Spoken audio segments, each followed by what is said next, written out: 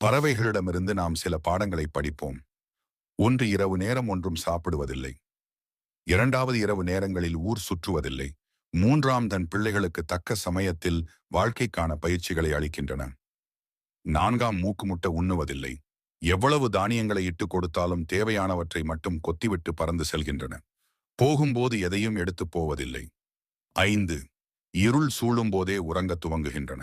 அதிகாலை ஆனந்தமாய் பாட்டு பாடி எழுகின்றன. 7ஆம், தனது உடலில் வலுவுள்ளவரை உழைக்கின்றன. இரவு அல்லாது மற்ற நேரங்களில் ஓய்வு எடுப்பதில்லை. 8வது, நோய் வந்தால் உண்ணுவதில்லை. சுகமான பின் உணவு எடுத்துக்கொள்கிறது. 9வது, தன் குழந்தைகளுக்கு பரிபூரணமான அன்பை கொடுத்து வளர்க்கின்றன.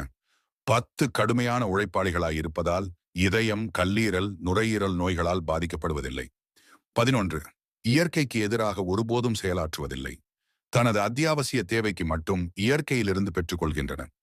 12வது, தனது கூடு மற்றும் சுற்று சூழல்களை அனுசரணையோடு பாதுகாக்கின்றன. இதில் சில படிப்பினைகளையாவது நாம் பாடமாக எடுத்துக்கொண்டால் வாழ்வு சிறப்பது திண்ணம்.